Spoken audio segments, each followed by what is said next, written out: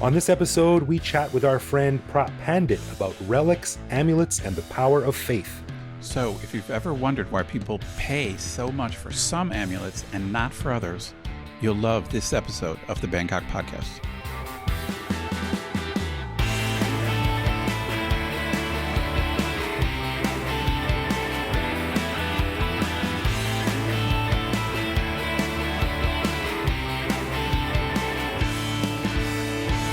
Sawadee krap, you be jammin' to the Bangkok Podcast.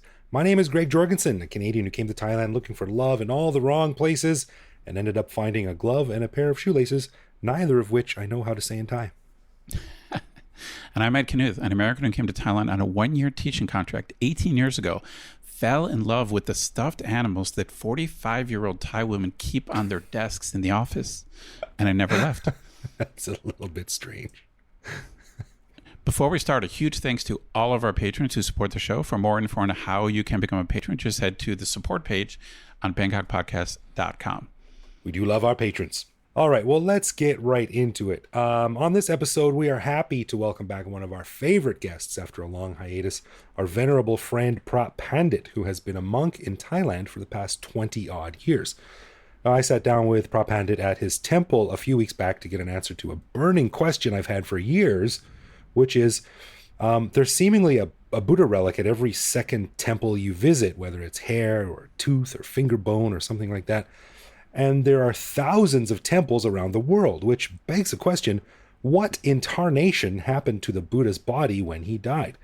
So Phra Pandit graciously answered my questions and many more as we got to talking about talismans, amulets, and if believing something is true is as good as it actually being true. So here is my really, really cool conversation with Phra Pandit.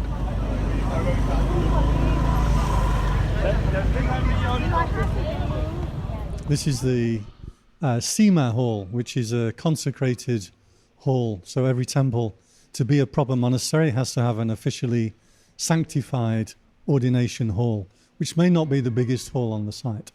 Okay, well, we are here, as you may have guessed, sitting with our old friend Phra Pandit, longtime friend of the Bangkok Podcast. Welcome to the show again, sir. It's good to have you back. Yes.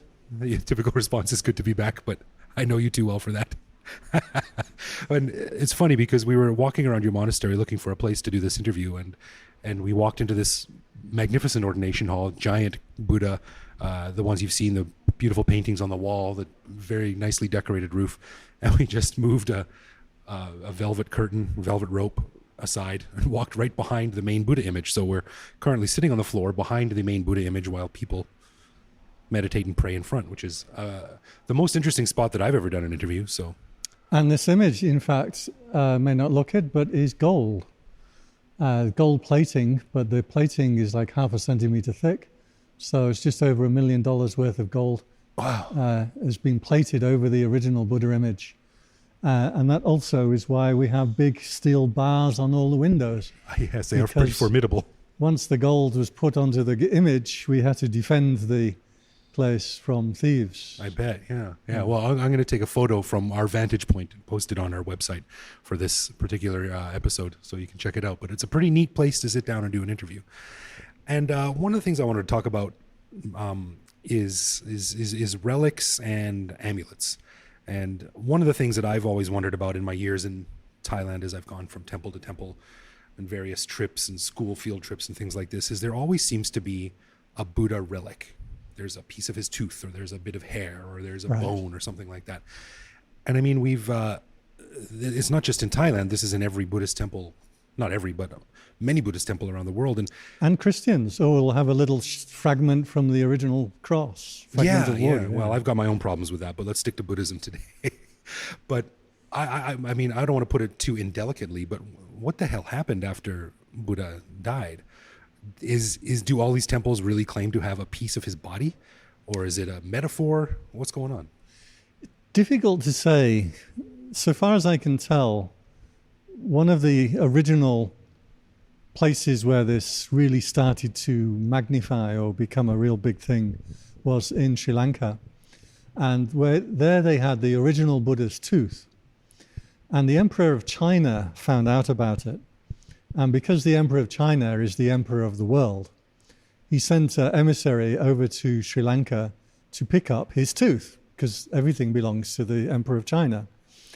And far from the Sri Lankans laughing him out of existence and telling them to get on their bikes, the Sri Lankans gave them not only one, but 2 teeth.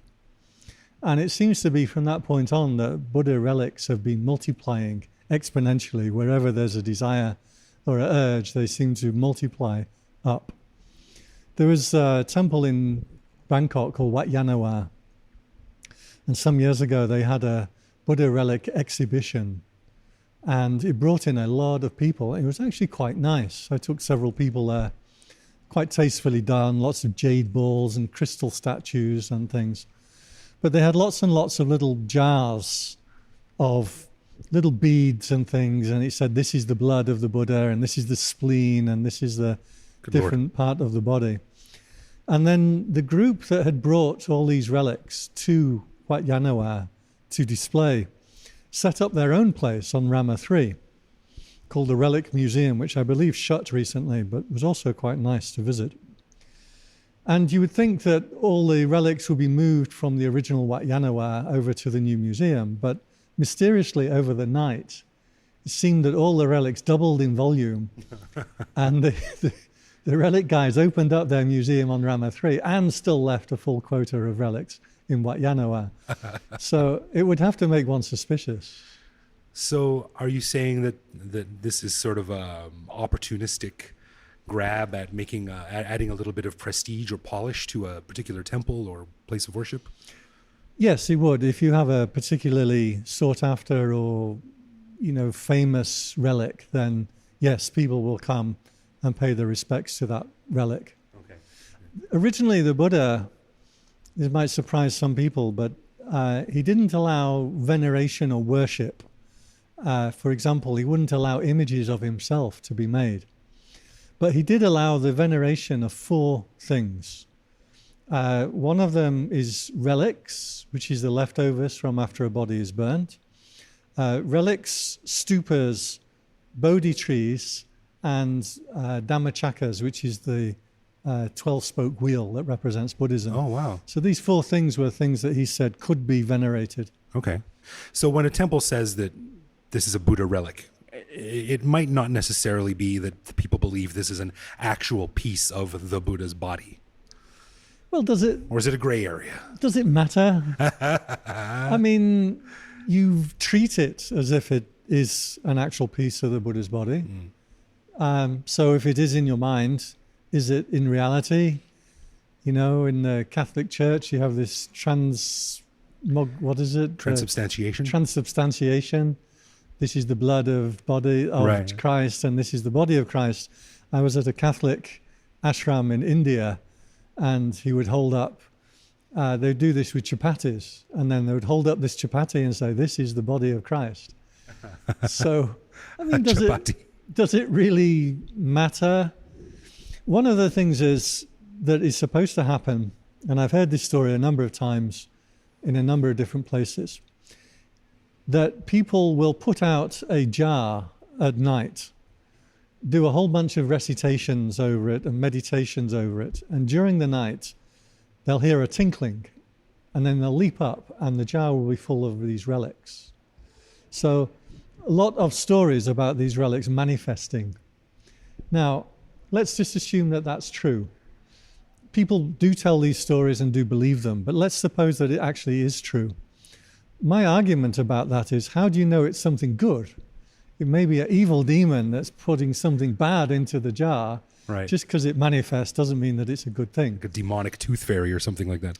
But this is what happens. So the relics are coming from this manifestation, that you make a resolution that you want to have these relics, and then they come. The other thing is that they can be multiplied. So there's no real reason why you can't have an original and then it multiplies up.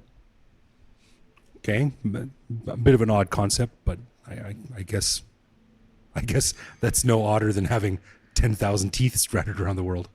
Exactly. Why not? So I guess basically what it is it reminds me sort of like of the theory of currency. I mean, a piece of gold is only valuable because everyone agrees it's valuable. And if you have a relic there that everyone agrees adds a level of prestige or a focal point for meditation or concentration, then who really cares if it's real or not? Gold technically would have a value. Paper money, for example, is worthless, except for what people believe in it. Yeah, and also when you build a stupa or you install a Buddha statue, then usually you would put a Buddha relic in it to give it a kind of essence, if you like, to make it official. Right. So Okay. it's not just whether the thing is actually truly original or not, but it's a ceremonial marking of a building or a Buddha statue that makes it now an official, proper Buddha image. There was an interesting story about the Buddha images. The Buddha didn't allow images of himself to be made. And the first Buddha images that were made actually came from the Greeks. So you see a lot of similarities between the very early Indian Buddha images and Greek statues. Oh, All with the big noses and the flowing toga robes and this kind of thing. I didn't know that. That's interesting. But the story goes that the Buddha had gone up to teach Abhidhamma, the philosophy, to his mother in a heavenly realm. And while he'd gone up, the monks had fashioned a image of the Buddha made out of wood and had put it on the Buddha's seat. At some point while the Buddha is up in the heavenly realm, he comes down to check on the monks and he sees this wooden image on his seat. But of course the universe can't possibly allow an inanimate object to occupy the seat of a fully enlightened Buddha. So what happened was this wooden Buddha image got up off the seat and went to sit down on the floor. And the Buddha said to it, no, you can stay there. I'm going back up to a heavenly realm to carry on teaching with my mother.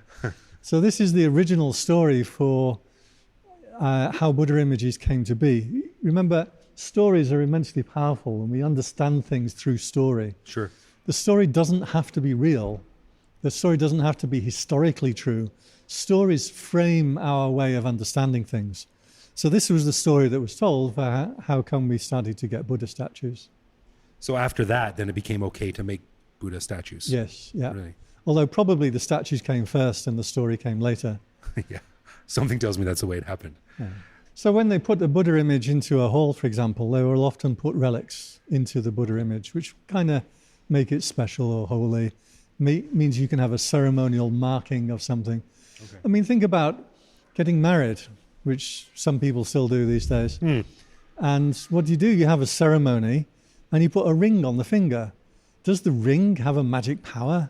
Does it change you in some way? Or is it actually just a very significant and very effective marker for a point in time when you said publicly in front of a lot of people that you're dedicating your life to someone? It doesn't have to make a magical property in the ring. Fair enough. It's something that you mark an occasion with. You remember that comedian Mitch Hedberg?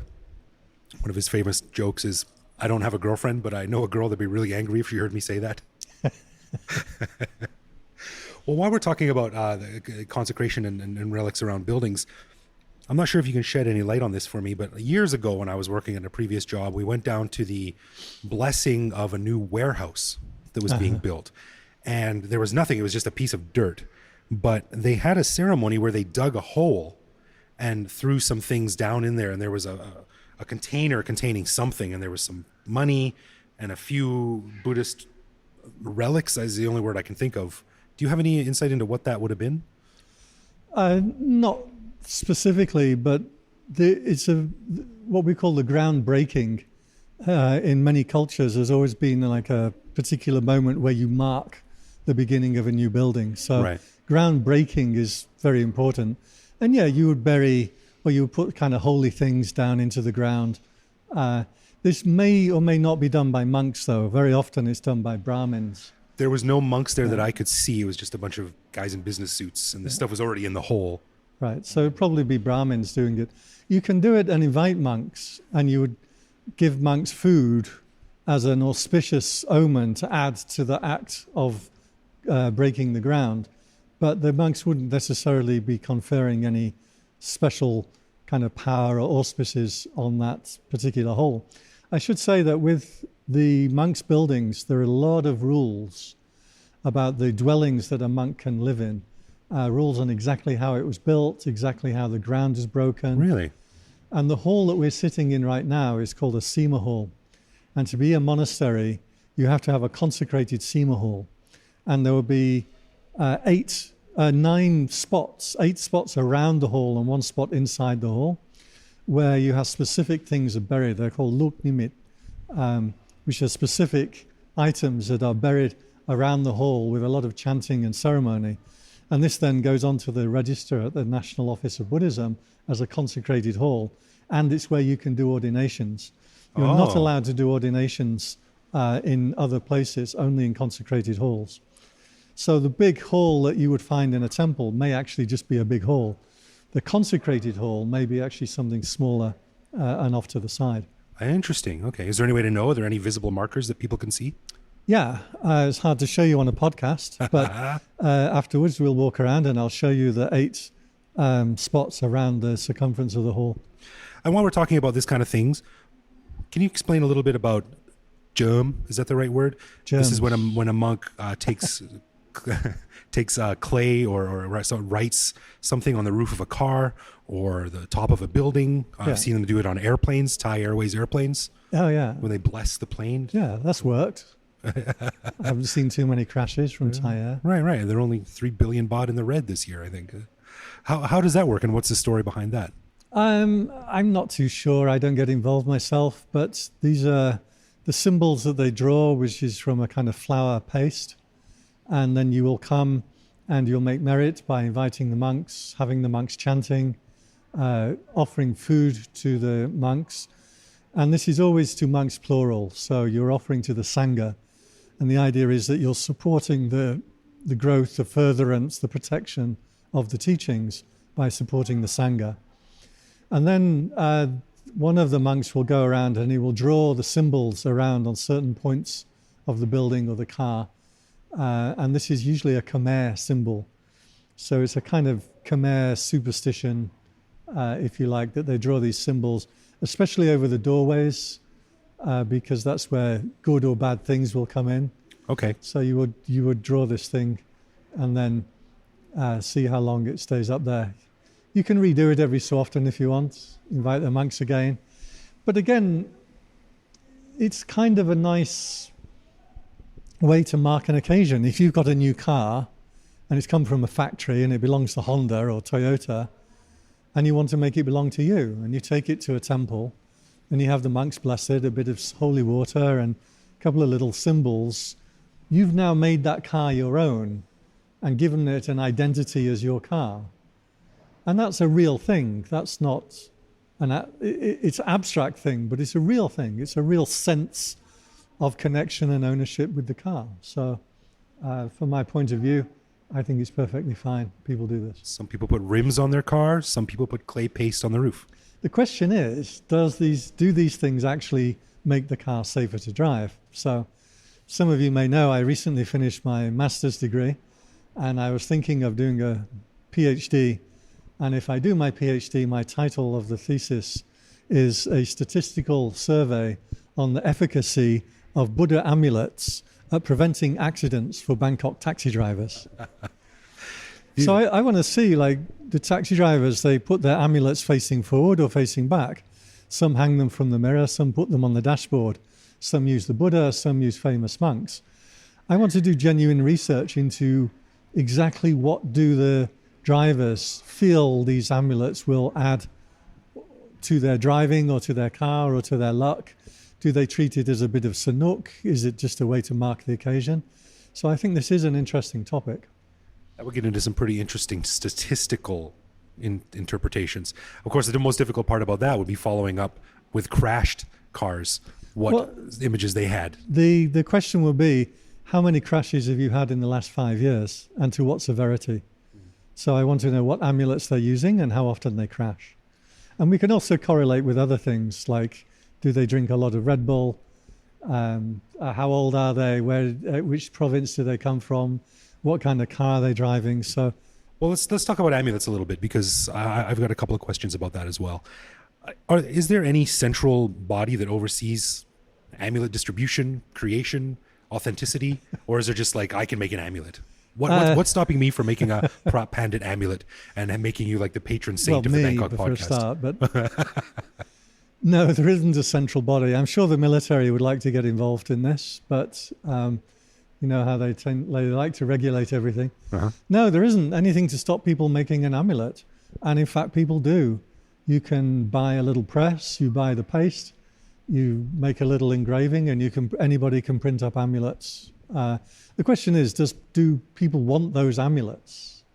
Like if you just print some up with, you know, Greg on the face of it, how many people are going to want those for the time, effort, and expense it costs you to make them? At least my mom would probably get a couple. But again, this goes back to the money thing. It's only valuable if people agree that it has value. Well, you're in a temple here, Wat Pak Nam, which is extremely famous for its amulets. Oh, really? Very famous. And an original issue of Wat Pak Nam amulets, issue 1 or issue 2, will be worth more than a brand new Mercedes. When were they made? Yeah, they were made, I don't know, 70, 80 years ago or something like that. Every so often, the temple is convinced into making a new issue. I think we've had 9 issues in total. Wow. The last several issues, in fact, were made up country. The abbot here doesn't particularly like them being manufactured here. Also, when they are made here, they're given away. So it's not a way to make money. People assume just because amulets are traded on the open market for large sums of money doesn't mean that the temple is selling them for that much money. All the amulets that were made in this temple actually were given away. You can buy like little metal things, little amulets, or even souvenirs, you could call them, for like a couple of dollars. But yeah, people would go crazy for it. It was a few years ago, maybe 10 years ago, I think we had issue 6 or 7, and the temple was just packed for miles and miles around, people clamoring to get in, to get their hands on this new issue of amulets from our temple. So anyone can make them, but the question is, do people want them? So if you have a famous monk or a famous temple, or people think you have psychic powers, then people are going to come and try and get your amulet. This was the whole story with Lampo Kun a few years ago. Remember the old monk whose amulets were very popular? Yeah, was he the... And I wanted to ask a question about if people in the past have gamed the system or scammed the system in some way. I'm not sure if this was the same guy, but I remember someone famous sort of rigging something so that he made a ton of money from... That would be Jatukam, I think. Okay. Those big Jatukam amulets.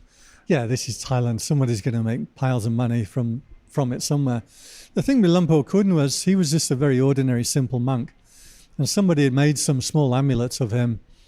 And I think there was a coach crash or something like that. And the only person that survived was wearing one of his amulets. Ah. And so suddenly he skyrocketed to fame. And he himself never made an amulet in his life. He wouldn't know how. And he didn't sell these things or profit from them. But he skyrocketed to fame. And you may, if you see him, you may see the pictures of him squatting down on his haunches, often smoking a big cigar. Anyway, after this whole thing happened with the amulets, other people would make amulets of him, and they might well be profiting from it. Also, millions of people would go to the monk himself and give him money. And he was just a very simple, ordinary forest monk. So as far as I know, he just channeled all the money into a royal foundation. Interesting. He did feel that because of all the spotlight that had been put on him due to this craze of amulets, he felt that he should try and be a better role model to the populace. And so he was about 70 or something, but he quit smoking because he saw these pictures of him sitting there with a big field tobacco cigar. So he said, you know what, if they're going to make amulets of me, I don't want them to have a cigar in my hand. So he quit smoking at an old good age. on him. Yeah. That's pretty noble. So that's a good example. Other people may be profiting, but from the original kind of monk himself, I mean, he had no interest in that. You mentioned the Jatukam amulet, and for those that don't know, this was a really interesting phenomenon, I guess about 10 years ago now, 10 or 12.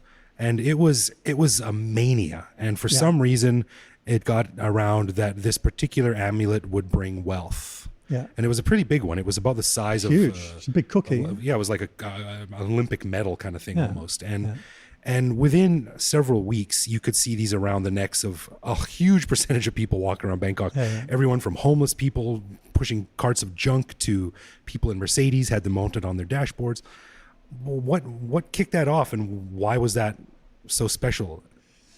I can't remember. It was some temple down south that were making these fairly ordinary but huge amulets, and suddenly they took off. The only story that I remember connected with this was, I think the temple is called Wat Suan Gao, and is Phra Pandit is a very famous monk for being a comedic monk in Bangkok. And he really doesn't like this kind of thing at all. So he actually made Jatu Kam cookies. And so people could come and spend their money. At least, he said, well, at least he can eat my amulets.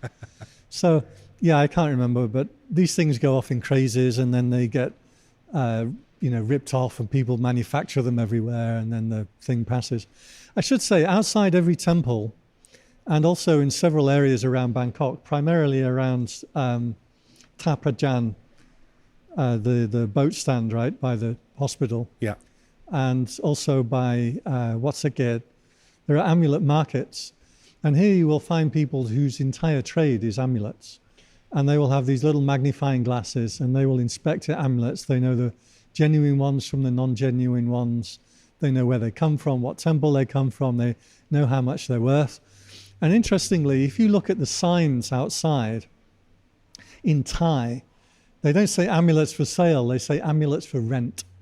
Because you're not supposed to buy and sell Buddha amulets, but you can rent them. Interesting loophole. Yeah. So you do have a whole profession. I mean, there's newspapers, if you look, many have pages upon pages of pictures of amulets. There's magazines. They're like People or Us magazine, except instead of Hollywood stars on the cover, they have a particular amulet. And also I saw in Penang, there were amulet shops selling amulets that here cost you 20 baht, and they're going for like $200 in Penang. There's somebody's making a lot of money shipping these things down to Malaysia and Singapore. Little gears in my head start working. Well, as we're wrapping up here, I think I don't know how I'm going to put this so I sound intelligent, but it seems to me that the theme of this show is belief, faith. Yeah. It's very subjective. It's a very individual thing. And whether one person believes this or not, or this way or that way, it really comes down to what the end result is. If it makes you a better person, if it results in a better deed. I would say symbols. I myself have a little amulet. I really like it. I don't have it on all the time, but it's a symbol of my faith.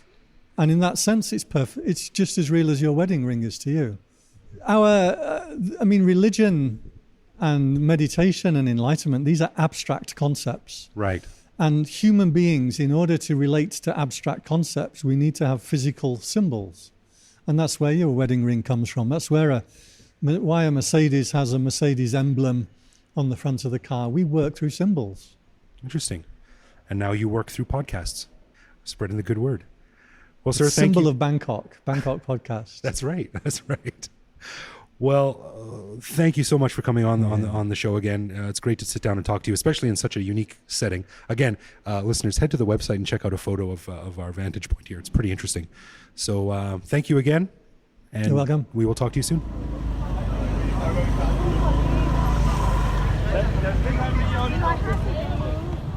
I got to say this, man. You're lucky you met Phra Pandit, because like without him, it's like we'd really have to struggle to get answers about Thai Buddhism. It's like he's the perfect resource, Yeah. Because he's a Westerner and his English is perfect, and he's not like some guy who came here for like a year and took a class in Buddhism. He's like a real monk, Yeah, and he's cool because you ask him a question and he's like, well, in the third chapter of this book. So he really knows his stuff. He's read all the material. He studied it. He obviously meditates it all the time. So it's not like he gives you a light answer. He always gives you a heavy dose of information, which is exactly what we're looking for. So it's always he's a fun.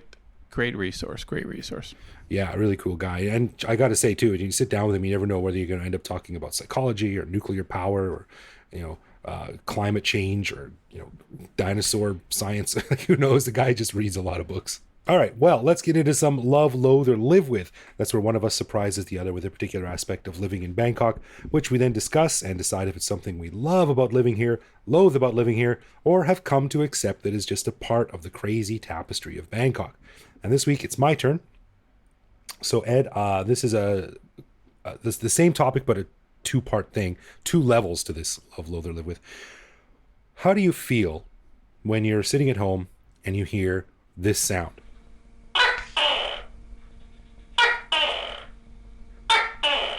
So that's the first part. And then you walk into your kitchen and you see one of these geckos run under your fridge or behind a drawer or something like that. What's your reaction? This is such a great Thai question because it's something that I just don't remember in the States. Like, obviously in the States, we've got ants, we've got cockroaches, and of course we must have geckos, but I just don't remember them like running around the inside of the house. No, definitely not in Canada. Yeah, I just don't remember. And so it was something I had to get used to when I moved here. Like, occasionally I've seen cockroaches here in Thailand, but you see geckos, like small little lizards, like way more often, Yeah. And, but I got to be honest, they don't really bother me much. And I think I read somewhere that it makes sense that they probably eat bugs. I think they eat mosquitoes or other bugs or whatever they're doing. Right. Yeah. And I gotta say, I can't say I love them, but they definitely don't bother me. The only time they've bothered me is when, like, this would be, I think, an easy love, loathe, or live with, is when the gecko's like crawling across the ceiling and you notice it, and then as it's crawling over you, it falls directly on you. I think in the 18 years I've been here, or almost 19 years I've been here, I think that's happened like twice, where like I'm lying in bed and I see a gecko like crawling across the ceiling and I'm like, okay, whatever. Like I said, they don't really bother me, but then it perilously crawls over me, which they do all the time. And then utterly randomly, it just falls right on me. That's happened twice. Would be that's a loathe. Oh yeah, that would be a little bit weird, I guess. And of course, we should mention for those that don't know, we're talking about the gecko, the jingjok, they're called, and they're probably, I mean, if you spread out your thumb and forefinger, they're probably that long, including the tail, a big one anyway. Maybe 3 inches, yeah. They're small. They're small little lizards, and they're basically all over the place. All over the place, but they're harmless. You know what? I love them. I think they're cute. And I try to catch them whenever I can. I put my hand on them and I pick them up, and you hold them in your finger, and then I just like to put my thumb underneath their jaw and pretend like I'm giving them like scritches, like a cat or something. But okay, that's kind of weird. It's not weird. They're cute. But I know people that are terrified of these things. Like yeah, it's weird. Some Thai people really don't like them, which is weird because they're so common. But some Thai people really don't like them. Yeah. I love them. I think they're I like that sound. I think it's neat. It reminds me that I'm living in the tropics. I think they're cute. So I love them. But I tell you what, the one thing I don't like about them is how they take a crap. And that's usually when they're walking on a wall or something and they just sort of crap and it sticks to the wall. So sometimes you walk into your kitchen or something and you see like little pieces of poo stuck all over the wall. Yes, that's gross. Yeah. Gecko shit, that's a loathe. That's a loathe. And also, last thing, interesting bit of trivia. If you get a laser pointer, a red laser pointer, and point it at a wall outside in the evening, they will chase it. And you can make them run all over the place following this laser dot. Wow, that's very cool. I didn't know that. I'm going to try that. Yeah. But check it out. Only with red lasers. If you use a green laser, they can't see it. Okay, I'm just going to call bullshit on that.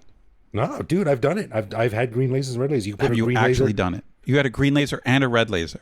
Well, not at the same time, but I've had both of them. And you put a green laser right in front of his face, like right in front of his nose, and no reaction. I guess it must be the way their eyes see. They can see the red wavelengths, but not the green wavelengths. Try it. And if you can get one to run with a green one, more power to you. But I've never been able to. Okay. This is, I have no knowledge of this, so I'm going to accept you because I trust you. But part of me is calling bullshit. But no, you know what I'm going to do? I'm going to go down to MBK and I'm going to buy a green laser and a red laser, and I'm going to make a special video for our listeners. Right. I'm going to put it on our YouTube channel, and everyone will be able to see it. I'll believe it when I see it. All right, cool.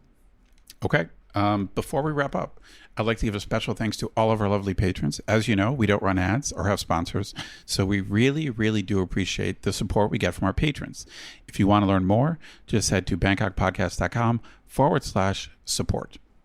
And if you want to get in touch with us, it's easy. Bangkok Podcast on social media, bangkokpodcast.com on the web, or simply bangkokpodcast@gmail.com. We are very polite, and if you write, we will answer. True that. You can also find each episode on YouTube, and you can also follow us on the Line Chat app where we post each episode and carry on conversations with our listeners. That is you. You can also reach out to me directly on Twitter where I am BKK Greg. So thank you for listening, everyone, and we'll see you back here next week.